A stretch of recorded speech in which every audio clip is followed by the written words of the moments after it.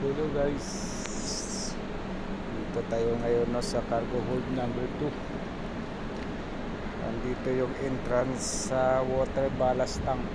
Mag-inspection kami ng water ballast tank number 2. So ito yung entrance nya. Ayan, papasok kami dyan papunta doon sa dulo. Putik na putik guys. Yun, pinaka-importante sa lahat is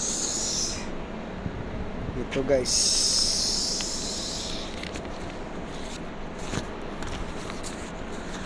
permit. Ito yung enclosed space entry checklist. Tapos